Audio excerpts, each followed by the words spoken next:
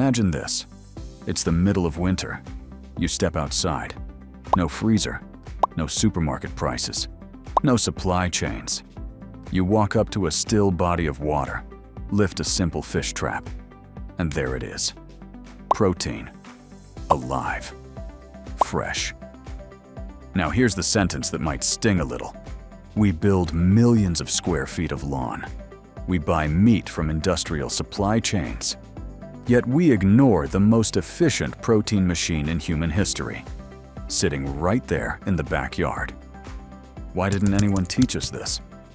And why was this knowledge quietly buried almost everywhere?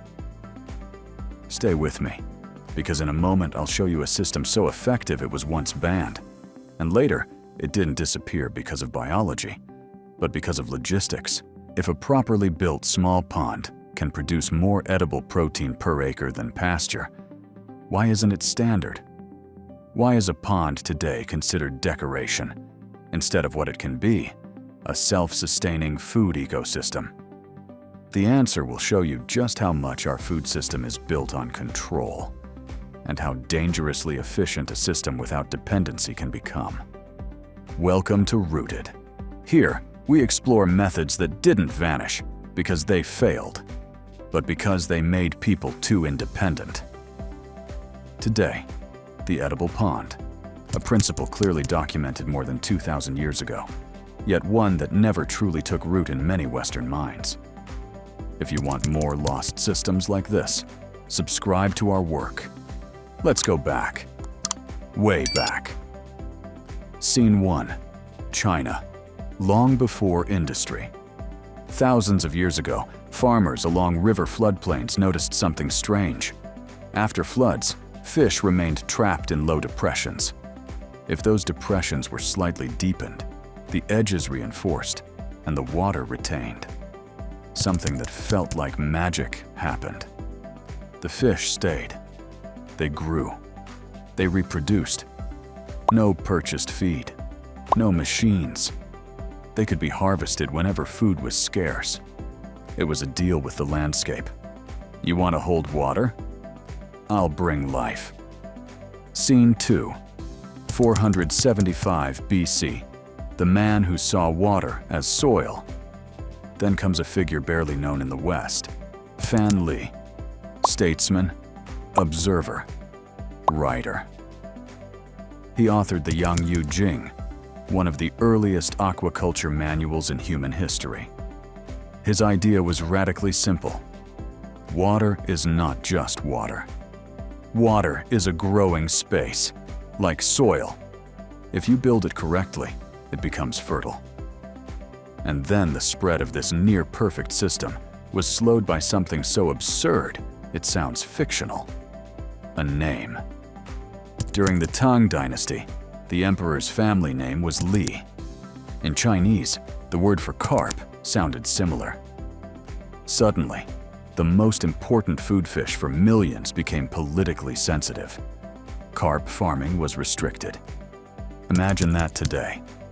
Starting tomorrow, your staple food is illegal because it sounds like someone important. For farmers, this should have been a disaster. Instead, they did something modern thinking rarely rewards. They didn't build a new system. They stacked the existing one. Surface-feeding species that eat plants. Mid-water species that filter algae and microorganisms. Bottom feeders that clear sediment and snails. Less competition, minimal waste. Every ecological niche used. The first great polyculture logic was born. A pond as a multi-story ecosystem. If this worked so well, why does nearly every garden pond in Europe today contain ornamental fish instead of dinner? In the West, this knowledge wasn't stopped by imperial decree. It was replaced by an idea. Separate everything. Standardize everything. Make it machine compatible. Water bodies were suddenly seen as problems. Mosquitoes. Disorder. Stagnation. Danger. The irony? A functioning pond is often the opposite of a mosquito habitat. Because fish eat larvae, water circulates, and the system is alive. But industry prefers systems you must repurchase every year. Feed, fertilizer, medication, machine hours, input chains. A pond that stabilizes itself? Hard to sell. And then, almost like an echo from the old world, modern research rediscovers it, quietly, with numbers that are uncomfortable. At institutions including Auburn University, pond fish production was systematically studied. The findings: even a medium-sized backyard pond of about 540 square feet, 50 square meters, can, with proper management, produce several hundred pounds of fish per year. By comparison, pasture-raised beef requires multiple times the land area to produce the same amount of protein, and far more external inputs. But the real trick isn't more fish. It's what Fan Li understood. The pond isn't just fish. The pond is a cycle. 4 layers. 1 logic. Layer 1. Water as production space. A pond is a biological solar collector. Sunlight to algae and plankton, to microfauna to fish. If you sterilize a pond, too clean, too dead, you destroy this chain. If you balance it, you create a living field. Layer 2.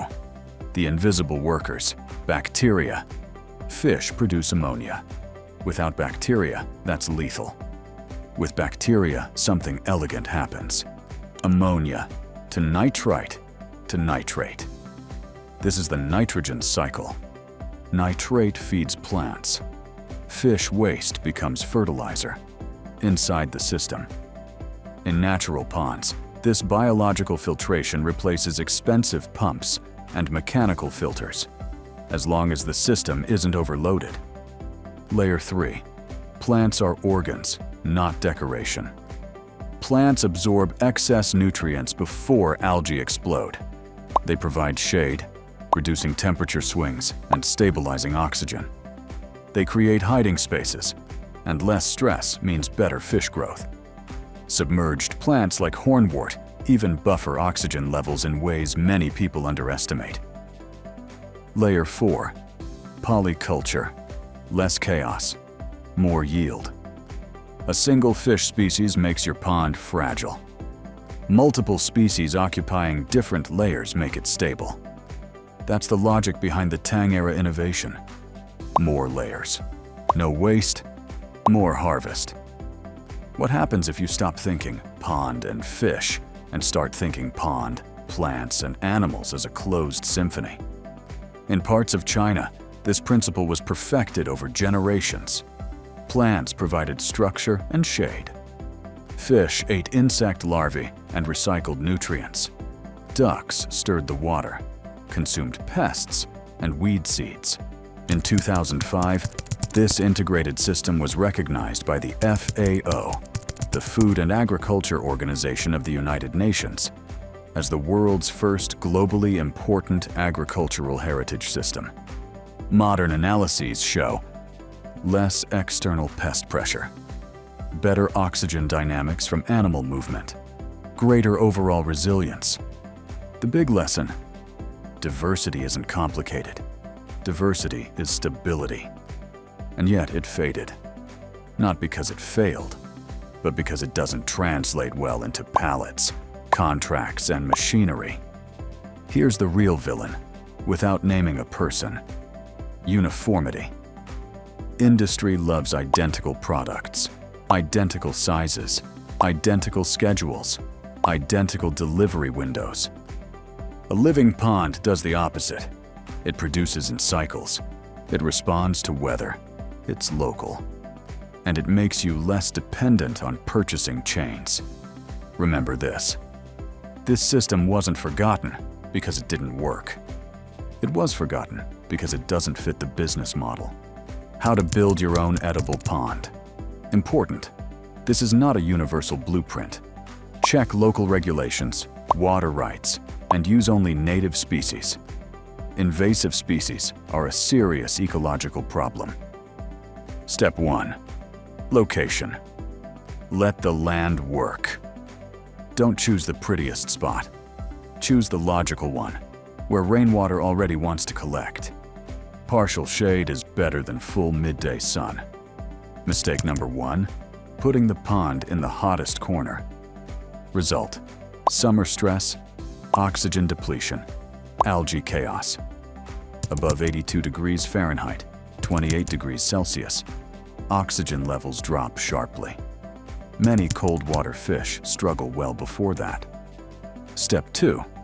Shape and depth zones. Ecosystems need layers. Shallow zone, 4 to 12 inches / 10 to 30 centimeters. Around the edges. For emergent plants like cattails and water iris. They filter nutrients and stabilize banks. Mid-zone, 16 to 32 inches / 40 to 80 centimeters. Biological core, at least 1/3 of total area. This is where nitrifying bacteria thrive. Deep zone, 4 to 5 feet / 120 to 150 centimeters minimum. Temperature buffer, prevents full winter freeze and provides cool refuge in summer. Without this zone, fish won't survive a harsh winter. Step 3. Sealing. Compacted clay works in clay-rich soils. Minimum 12 inches thick, carefully compressed. More reliable. Butyl rubber liner, at least 1 millimeter thick. Longer lifespan than PVC and more resistant to temperature cracking. Secure edges with soil or stone. Step 4. Plants. First, then patience. Fill with rainwater or dechlorinated tap water. Chlorine kills bacteria and delays biological cycling. Add aquatic plants immediately. Wait 4, ideally 8, weeks before introducing fish. During this time, nitrifying bacteria colonize surfaces. Mistake number 2, adding too many fish too early. Result: ammonia spike, oxygen crash, dead fish. Basic water test targets. pH 7.0 to 8.5. Ammonia below 0.5 milligrams per liter. Nitrite below 0.2 milligrams per liter. Dissolved oxygen above 6 milligrams per liter.